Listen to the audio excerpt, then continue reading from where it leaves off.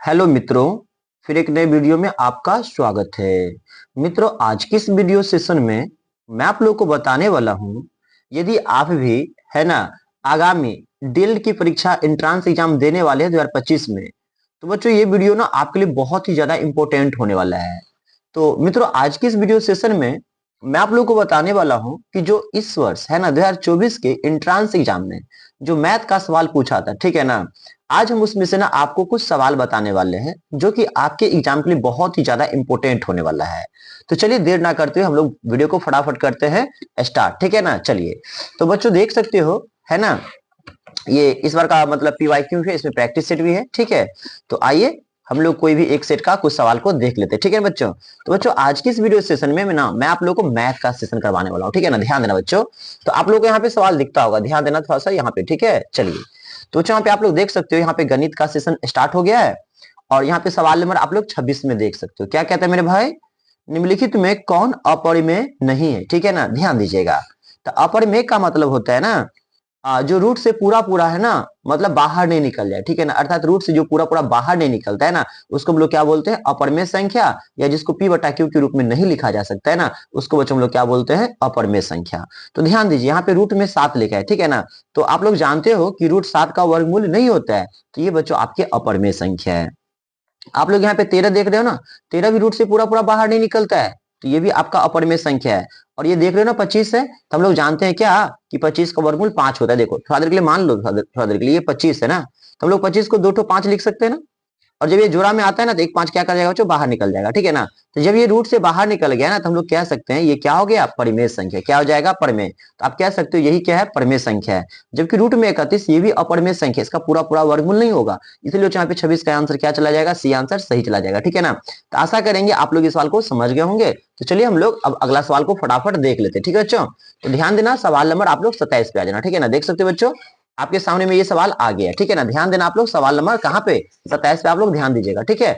चलिए, तो आशा करेंगे अब सवाल आप लोग को यहाँ पे दिखता होगा। थोड़ा एक काम करता हूँ, मैं जूम आउट कर देता हूँ, ठीक है ना, ताकि आप लोग को सही से दिख पाए सवाल, ठीक है। चलिए, तो ध्यान देना आप लोग यहाँ पे सवाल नंबर 27 पे आ जाओ भाई, सवाल नंबर 27। हाँ, चलिए, तो आप लोग सवाल नंबर 27 को यहाँ पे आप लोग देख सकते हो, क्या लिखा है, यदि 47 से 379 में भाग देने पर है ना, क्या बोलते हैं, शेष 3 बचे हैं, तो भागफल क्या होगा, है ना। ऑप्शन आप लोग यहाँ पे देख सकते हो, ठीक है ना। तो आइए हम लोग इस सवाल को फटाफट क्या करते हैं, सॉल्व कर लेते हैं ना।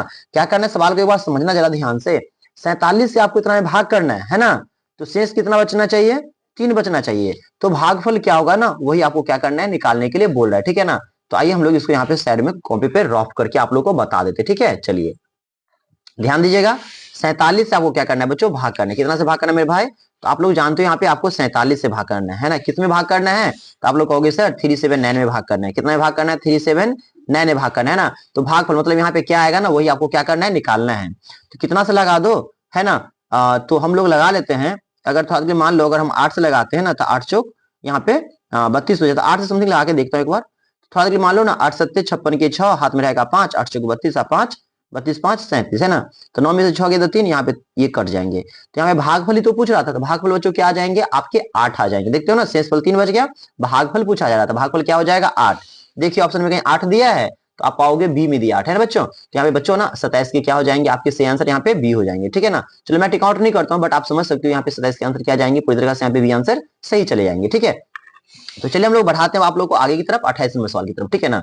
तो देख सकते हो बच्चों यहाँ पे 28 में क्या दिया, ध्यान देना जरा एक बार। यहाँ पे बच्चों लिखा है, यदि HCF है ना 54,78 बराबर 6, अर्थात 54 और 78 का आप एससेप करोगे ना, तो 6 आएगा।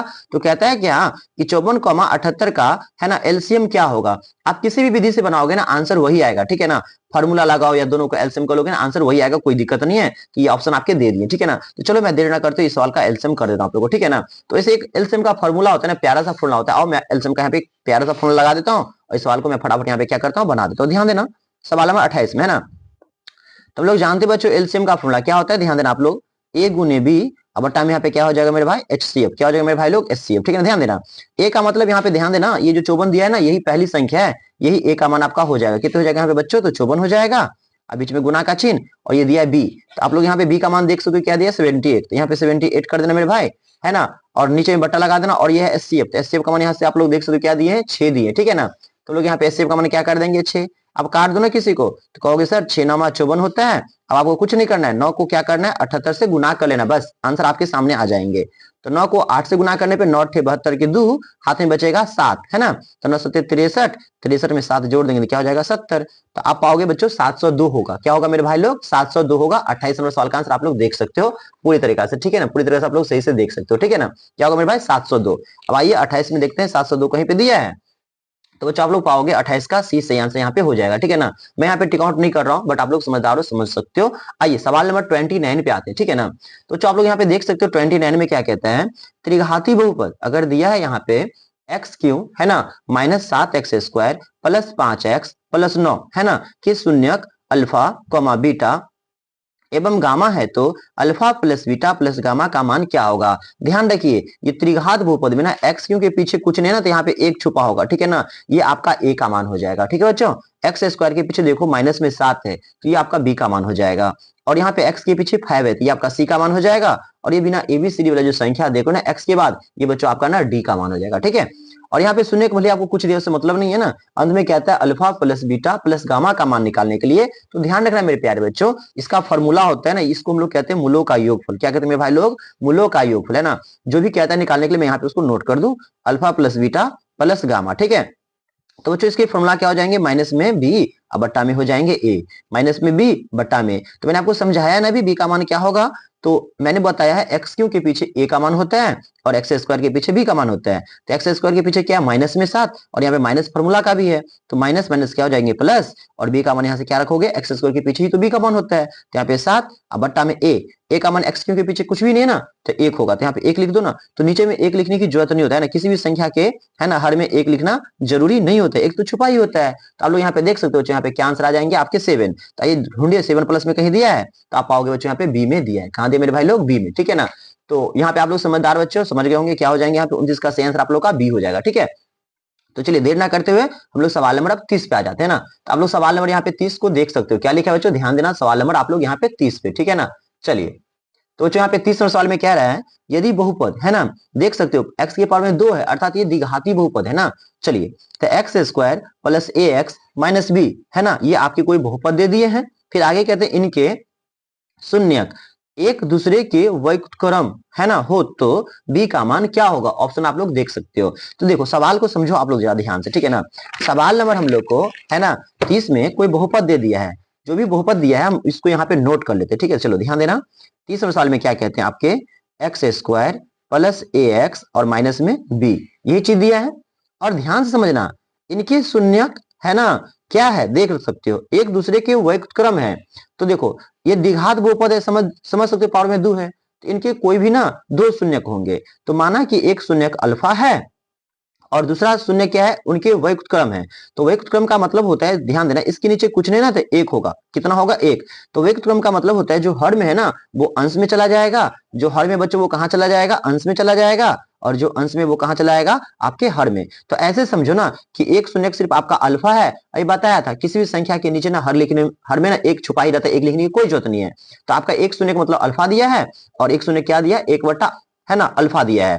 तो फिर आपको क्या करना था बच्चों, तो फिर आपको बी का मान क्या करना था मेरे भाई लोग ज्ञात करना था, ठीक है ना। देखो बहुत ही शानदार सवाल है। तो यहाँ पे एक काम करते हैं ना, हम लोग जानते हैं मूलों के गुणनफल है ना, मूलों के जो गुणनफल होते हैं बच्चों याद रखना एक मिनट, मूलों का जो गुणनफल होता है ना बच्चों इसके फॉर्मूला होते हैं याद रखना है ना अल्फा इंटू बीटा। लेकिन यहाँ पे दूसरा मान तो 1/अल्फा ही दिया है तो हम लोग यहाँ पे 1/अल्फा ही यूज कर लेंगे। और इसका फॉर्मूला होता है मूलों का गुणनफल का फॉर्मूला होता है C/A, क्या होता है मेरे भाई C/A। यहाँ पे एक बार एक काम करते हैं यहाँ पे C/A कर देते हैं, ठीक है ना। अब देख सकते हो यहाँ अल्फा से अल्फा यहाँ पे कट जाएंगे तो यहाँ पे क्या बचेंगे सिर्फ 1, क्या बचेंगे मेरे भाई 1 बराबर। अब C/A बचा तो C/A का मान हम लोग सवाल से यहाँ पे क्या कर देंगे सेट कर देंगे। तो आप लोग यहाँ पे सवाल नंबर है ना 30 दिख रहे हो, 30 आप लोगों को दिखता होगा, थोड़ा मैं जूम कर दूं ताकि आप लोग और भी बेहतर देखे। चलो ध्यान देना, तो यहाँ पे ध्यान रखना x² के पीछे कुछ नहीं बच्चों ना तो ये आपका a का मान है ना, x के पीछे b का मान है, और ये जो देख सकते हो ना माइनस के आगे जो दे रहे हो ना b, ये क्या है x के आगे वाला ना c का मान होता है, ध्यान देना, ठीक है ना। चलो हम लोग इसको आप क्या कर देना सेट कर देते, ध्यान देना यहाँ पे हम लोग क्या करते हैं सेट कर देते हैं, ठीक है ना। तो सी का मान यहाँ पे से क्या लोगे आप लोग माइनस में बी, सी का मान क्या लोगे माइनस में बी, ठीक है ना। तो सी का मान यहाँ से माइनस में बी कर देंगे, और ए का मान अभी मैंने आपको बताया ये वाला ए देख रहे हो ना, ए का मान क्या करोगे x² के पीछे वाला रखोगे। तो x² के पीछे में कुछ नहीं तो 1 होगा ना, तो आप लोग यहाँ पे क्या कर लोगे मेरे भाई 1 रख दोगे ना, बटा में 1 लगा लो तो अब कुछ होगा नहीं, क्रॉस मल्टीपल गुना ही ना होगा, तो बी एकान बी, एक एकान एक, ठीक है ना। ये जो माइनस देख रहे हो ना, ये वाला एक दो की संख्या में चला जाएगा, ठीक है ना। तो आप लोग यहाँ पे समझ सकते हो बच्चों, बी का मान क्या हो जाएगा, सिर्फ माइनस में एक, है ना। तो ये आपके सही आंसर हो जाएंगे, ठीक है बच्चों। तो मैंने अभी आपको बताया सवाल नंबर 30 को सॉल्व करके, ठीक है ना। तो आप लोग देख सकते हो 30 का पूरा सोल्यूशन हो गया। ये आपके बहुपद दे दिए थे, एक उसने का माना अल्फा और उसके व्युत्क्रम दिए थे ना, इसलिए इसके नीचे में कुछ नहीं था, तो एक था तो ऊपर नीचे कर दिया, एक चला गया ऊपर और अल्फा आ गया नीचे, है ना। तो यहाँ पे लगा दिया मूलों के गुणनफल। तो मूलों के गुणनफल का फॉर्मूला होता है ये दो शून्य के ना, दोनों शून्य को गुना करा दो, अब फॉर्मूला होता है सी बटा ए। तो सी का मान ये वाला आपका माइनस में बी हो गया था, यहाँ पे रख दिए, और ए का मान एक्स के पीछे कुछ नहीं था तो एक था, तो यहाँ पे एक सेट कर दिया, क्रॉस मल्टीपल गुना करेंगे तो बी का मान माइनस में 1 आ जाएगा, ठीक है बच्चों। तो मैंने अब तक आपको 5 सवाल बता दिए हैं, आज के एक सवाल आखिरी बता देते हैं, फिर उसके बाद हम लोग ने इसके आगे, है ना, दूसरी वीडियो में देख लेंगे, ठीक है ना। चलिए छोटा छोटा ही वीडियो रहेगा ना, ताकि आप लोग उसको पूरा आवाज करेंगे, और हो सकेगा ना तो वीडियो को प्लीज आप लोग अपने दोस्तों में भी शेयर कर दीजिएगा, ठीक है ना, ताकि मुझे भी मदद मिल जाए और आप लोग को बेहतर से बेहतर कंटेंट दो, पूरा मैं समझा समझा के सही से आप लोग को समझा दूं, ठीक है ना, ताकि इस बार एंट्रेंस एग्जाम में आप लोग बेहतर नंबर स्कोर कर सको और आपके सरकारी कॉलेज आपके गांव में ही आसपास में ही मिल जाए, ठीक है। तो ध्यान देना बच्चों, सवाल नंबर 31 पे क्या कहता है, यदि युगपत समीकरण निकाय का कोई हल नहीं है तो वह समीकरण निकाय क्या कहलाता है, ठीक है ना, यही सवाल है आपका, ठीक है ना। ध्यान देना, यहाँ पे लिख दिया है कोई हल नहीं है बच्चों, क्या लिख दिया, कोई हल नहीं है। तो ध्यान देना सवाल नंबर 31 पे, ठीक है। देखो कोई हल नहीं होता है ना, तो इसका फॉर्मूला होता है, एक मैं लिख देता हूं, कोई हल नहीं है, क्या बच्चों, कोई हल नहीं है, यही ना है। ध्यान दीजिए, कोई हल नहीं है ना, इसका फॉर्मूला होगा a1 बट्टा a2 इक्वल में b1 बट्टा b2 बच्चों, और नॉट इक्वल क्या हो जाएंगे यहाँ पे c1 बट्टा c2, है ना। इसी का नाम है कोई हल नहीं है। इसी के और भी कई नाम है, ठीक है ना। इसी का नाम होगा असंगत, इसी का नाम क्या हो जाएगा मेरे भाई लोग, असंगत, है ना। इसी का नाम है समांतर बच्चों, इसी का नाम क्या हो जाएगा, समांतर, ठीक है मेरे भाई। इसी का नाम है विरोधी, इसी का नाम क्या मेरे प्यारे बच्चों, विरोधी, है ना। और भी कई सारे नाम है ना, तो आप लोग इस सारे नाम को क्या कर लेंगे, है ना, समझ लेंगे, इसको याद कर लेंगे। कोई हल नहीं है का फॉर्मूला क्या होता है, a1 बटा a2 इक्वल b1 बटा b2 नॉट इक्वल c2, ये दोनों आपस में बराबर होंगे और ये दोनों आपस में बराबर नहीं होंगे। इसी का नाम है असंगत, इसी का नाम है समांतर, इसी का नाम क्या है, विरोधी, है ना। चलिए तो ऑप्शन में देखते हैं इसमें से कोई मिलता है कि नहीं मिलता है। तो यहाँ पे देख सकते हो ये आश्रित दिया है, इसका दूसरा फॉर्मूला होता है, ठीक है ना। और यहाँ पे आपके अविरोधी दिए हैं, यहाँ पे विरोधी दिए हैं, और यहाँ पे दिए इनमें से कोई नहीं। तो यहाँ पे आप लोग को तो देख सकते हो ना, विरोधी मिल गया, क्या मिल गया बच्चों, विरोधी, है ना। तो यहाँ पे मेरे भाई ना 31 के आपके सही आंसर यहाँ पे क्या चले जाएंगे, सी आंसर पूरी तरीके से यहाँ पे सही चले जाएंगे, ठीक है ना।